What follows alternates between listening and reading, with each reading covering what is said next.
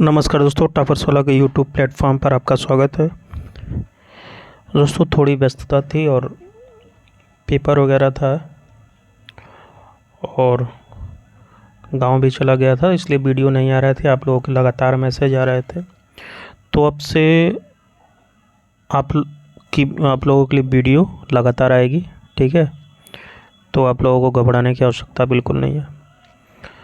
दोस्तों बात करी जाएगी लेखा परीक्षक भर्ती, जिसकी कल हियरिंग है। ठीक है, और एजीटीए के विज्ञापन के बारे में, जेई के विज्ञापन के बारे में और एसओ रिजल्ट के बारे में। ठीक है, तो सबसे पहले बात की जाएगी दोस्तों लेखा परीक्षक भर्ती। कल हियरिंग है, जैसा कि आप लोगों को पता होगा। ठीक है, कि ये 1 नवंबर, जैसा कि आप लोग देख रहे हैं, case is listed in court number 34 में और सीरियल नंबर 3088। 3000 से शुरू होता है, 88वां नंबर है और ऑनरेबल जज हैं अजीत कुमार जी। तो कल इस पे हियरिंग है और देख रहे हैं स्टेज ऑफ केस एडमिशन के लिए ले लिया गया है केस को। और लगातार मैसेज आ रहे हैं पिछले 1 हफ्ते से कि क्या होगा सर हियरिंग में, मार्केट में चल रहा है कि ये हो गया वो हो गया। ठीक है दोस्तों, तो घबराने की आवश्यकता नहीं है। कल पूरी तस्वीर संभवतः साफ हो जाएगी, क्योंकि कोर्ट का हमने अध्ययन किया और उसमें 3 लोगों से जवाब मांगा गया है। एक आपके यूपी SSSC के सेक्रेटरी हैं और आयोग, और एक शासन को। तो आयोग और सेक्रेटरी मान लीजिए एक ही यूनिट है। उन लोगों ने तो उसी दिन जवाब दे दिया था जिस दिन केस फाइल हुआ था, कि हमारे पास जो विज्ञापन आता है और जो शासन, सरकार, विभाग जिस आधार पे भेजते हैं उस आधार पे हम भर्ती करते हैं। और शासन से जवाब मांगा गया था। ठीक है, और शासन पिछले 4 या 5 हियरिंग से अभी तक जवाब नहीं दी है। ये थोड़ा सा विवादास्पद है दोस्तों, कि जवाब सरकार क्यों नहीं दे रही है। जब मैटर नीट एंड क्लीन है तो फिर जवाब देने में किस प्रकार की दिक्कत है। तो ये थोड़ा सा डाउट, संदेह बच्चों के मन में उत्पन्न हो रहा है कि आखिर जब वहाँ पे समकक्ष शब्द का प्रयोग किया नहीं गया है तो सरकार इसमें जवाब देने में क्यों वहाँ पे पहुँच नहीं रही है। एक बार होता है, 2 बार होता है, लेकिन बार बार जो है जवाब देने से जवाब देने न पहुँचने, जिससे अगली डेट बार बार मिल जा रही थी। ठीक है, तो संभवतः इस बार सरकार अपना पक्ष रखेगी, क्योंकि जवाब में यही माना गया है। जज साहब ने पूछा है कि आपका ही शासनादेश है जो 5 मई 2022 का है और आप अपनी भर्तियों में इसको लागू नहीं कर रहे हैं। तो सरकार देखिए अपना क्या पक्ष रखती है वहाँ पे, वो कल पता चलेगा। और उम्मीद करते हैं कि कल कुछ न कुछ किसके भी पक्ष में हो, लेकिन कुछ न कुछ डिसीजन हो कल, ताकि दिमाग से ये संदेह ख़त्म हो क्या होगा क्या नहीं होगा। ठीक है, तो कल तक का आप लोग धैर्य रखिए और कल मैं खुद कोर्ट में रहूँगा। ठीक है, तो जो भी होगा आंखों देखा कल शाम के वीडियो में, या फिर जब भी समय मिलेगा वीडियो बना के आपको वास्तविक स्थिति बता दी जाएगी। और जो भी लोग ये मैसेज कर रहे हैं क्या होगा क्या नहीं होगा, तो अभी आप लोग तैयारी करते रहिए। अभी हम कुछ कह नहीं सकते कि किसके पक्ष में डिसीजन आएगा। ठीक है, क्योंकि पहले हमको लग रहा था कि ये केस नीट एंड क्लीन है और सरकार के इसको जवाब देके मैटर को ख़त्म करना चाहिए, लेकिन बार बार जवाब से पीछे हटना और डेट पे अगली डेट मिलते जाना, ये इसमें किसकी मंशा सही नहीं है, कुछ समझ में आ नहीं रहा है। तो कल मैं प्रत्यक्ष रूप से वहाँ पे रहूँगा और सरकारी वकील और जो अप्लीकेंट के लॉयर हैं, दोनों पक्षों की दलीलों और बहस को सुनूंगा और उसे संभवतः पता चल जाएगा कि जवाब क्या होने वाला है और सरकार अपना जवाब क्या दे रही है।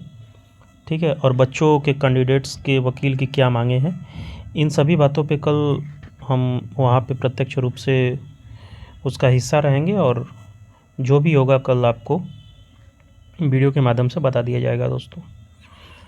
ठीक है, तो ये दिमाग से निकाल दीजिए कि हमारे पक्ष में नहीं है, हमारे भी पक्ष में है। जो भी होगा वो सब लोग मिल के झेलेंगे, तो उसके लिए घबराने की आवश्यकता नहीं है। बाकी आप लोग तैयारी करते रहिए, बहुत जल्द एग्ज़ाम डेट अनाउंस होगी, ठीक है।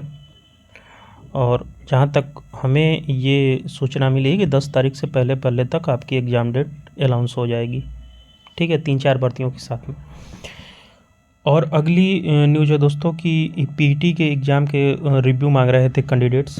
तो इसमें रिव्यू हम क्या दें दोस्तों, कि आप सिलेबस में लिखते हैं क्लास 10th स्तर का और पेपर बनाते हैं। ये पिछले 2 बार जो था लड़के उसी को आधार बना के तैयारी किए थे, और इस बार तो ऐसा पेपर आ गया कि क्या ही इसमें बोला जाए। ये कोई तरीका नहीं है पैटर्न बदलने का। और पेपर आपको टफ बनाना है तो मुख्य परीक्षा बनाइए, प्रारंभिक अर्हता परीक्षा है। और इसमें इस स्तर का पेपर बनाना तो कुछ समझ से परे है कि आयोग की मंशा क्या है। मतलब 50 नंबर भी पाना कैंडिडेट्स के लिए मुश्किल है। जो कैंडिडेट्स पिछले बार 83-84 नंबर पाए थे, इस बार 50-55 के लिए मोहताज हो रहे हैं। ये परीक्षा का स्तर किया गया था, मतलब ऐसे क्वेश्चनों का चयन किया गया था जो कोई कर न पाए। बहुत सारे क्वेश्चन हैं, लेकिन उसमें से खोज के ऐसे क्वेश्चन निकाला जाए कि वो कैंडिडेट्स कर ना पाए उसको, ऐसे क्वेश्चन को पेपर में डालना है। तो ये कोई स्तर नहीं है, बेतुके प्रश्नों से आप एक विद्यार्थी की क्षमता का आकलन नहीं कर सकते। जो भी हो, अब देखिए क्या होता है, कितने पे अच्छे परसेंटाइल मिलता है कैंडिडेट्स को। और तीसरी न्यूज़ है दोस्तों, एजीटीए के विज्ञापन के संबंध में लगातार क्वेरी आ रही थी कि सर अब एजीटीए का विज्ञापन तो आ सकता है ना। तो आपको बता दूं कि एजीटीए और मानचित्रकार और जेई 3 विज्ञापन पूर्ण रूप से तैयार हैं, ठीक है। और इसमें अब आयोग को, क्योंकि ये तो सुनने में आया कि मानचित्रकार और जेई का परीक्षण पूरा हो चुका है, और एजीटीए का आप लोग को पहले ही पता है कि इसका परीक्षण बहुत पहले कर लिया गया था। इसका केवल डाटा वाला मैटर था जो लोक सेवा आयोग से भेजा नहीं गया था, वो करीबन 20 दिन हो गया फॉरवर्ड कर दिया, पहुंच गया है UPSSC के पास। और संभवतः 15 तारीख से पहले 2 विज्ञापन आपको देखने को मिलेंगे, 10 तारीख के आसपास। 15 तारीख से पहले 2 विज्ञापन जेई और एजीटीए, हो सकता है मानचित्रकार का ही विज्ञापन की सूचना मिल जाएगी कब से ऑनलाइन होगा, ठीक है। तो आप लोगों को घबराने की बिल्कुल आवश्यकता नहीं है कि कब तक विज्ञापन आपका नवंबर में हर हाल में देखने को मिलेगा। और दूसरी न्यूज़ है जेई में विज्ञापन में पदों की संख्या। तो इसमें पदों की संख्या आपकी 1300 से 1400 के आसपास हो सकती है, ठीक है। और किस विभाग के कितने पद हैं ये थोड़ा गोपनीय है, नहीं उसकी भी सूचना हमारे पास है। तो मान के चलिए 1300-1400 पद, आपको 1300 से 1400 के बीच में आपके पदों की संख्या रहेगी, ठीक है। और उसके बाद सबसे ज़्यादा जो क्वेरी आ रही थी ASO 2019 के परिणाम के संबंध में आ रही है, ठीक है। तो ये नहीं समझ में आ रहा है दोस्तों कि सबसे पहले तो सेक्रेटरी साहब ने बोला कि हम सितंबर में हर हाल में आपका रिजल्ट दे देंगे। भाई सितंबर में मान लीजिए 2-3 एग्ज़ाम हो गया, रिजल्ट दिए, तब सुनने में आया कि अक्टूबर में आपका वो होगा। तो अक्टूबर में ये हो गया कि पेट का एग्ज़ाम है, पेट के एग्ज़ाम की वजह से नहीं। लेकिन जब आपको इसका रिजल्ट देना है तो रिजल्ट आउट करिए, और किस कारण से लेट किया जा रहा है ये समझ में नहीं आ रहा। कुछ स्रोतों से पता चल रहा है कि मीटिंग होनी है, अब कौन सी मीटिंग करनी है इन लोगों को ये समझ में नहीं आ रहा है।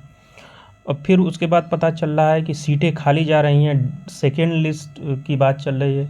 ये भी संभावना है, इस पर पूर्णतः स्पष्टता नहीं है कि ये होगा ही, ठीक है। ये संभावना है, सेक्रेटरी के ऊपर है कि ये सेकेंड लिस्ट निकालें या नहीं, क्योंकि अब तक UPSSC किसी वैकेंसी में सेकेंड लिस्ट निकाला नहीं है दोस्तों, ठीक है। तो हम गुजारिश करें कि जो भी ASO के कैंडिडेट्स हैं, आप लोग सेक्रेटरी से सर से जाके रिक्वेस्ट करिए कि सर किसी भी तरह करके रिजल्ट निकाल दीजिए। हम लोग बहुत परेशान हैं और मानसिक प्रताड़ना के शिकार हो चुके हैं, समाज से भी और हर तरह से। किसी भी तरह करके ये रिजल्ट निकाले, क्योंकि ASO के करीबन 20-25 कैंडिडेट हैं लगातार फ़ोन और मैसेज करते हैं कि सर किसी तरह करके रिजल्ट निकलवाइए। अब हम क्या कर सकते हैं दोस्तों, जब आयोग जानबूझ के रिजल्ट रोके हुए है, और क्या आयोग की मंशा है ये अभी तक किसी को क्लियर नहीं हो रहा है। क्योंकि पूर्ण रूप से तैयार है, कोई इसमें किसी प्रकार का पेच नहीं है। पता नहीं कौन सी मीटिंग करनी है, क्या करना है, वो क्लियर नहीं है। तो आपसे हम कहेंगे दोस्तों कि 1-2 दिन में 2-3 कैंडिडेट्स जो लखनऊ के हैं, सर से रिक्वेस्ट करिए, हो सकता है आपका कुछ बात बने, ठीक है। और बाकी 3-4 दिन बाद हमको आयोग जाना है, तो वहाँ से वास्तविक स्थिति जो इस भर्ती के संबंध में है हम आपको बताएंगे, ठीक है। तो जुड़े रहिए दोस्तों टॉपर सलाह के साथ। अब आपकी वीडियो रेगुलर आएगी। अगर चैनल को दोस्तों सब्सक्राइब नहीं किए हैं तो कर लीजिए, क्योंकि ऑफिशियल और ऑथेंटिक जानकारी आपको इसी चैनल के माध्यम से मिलेगी। तब तक के लिए धन्यवाद। जय हिंद।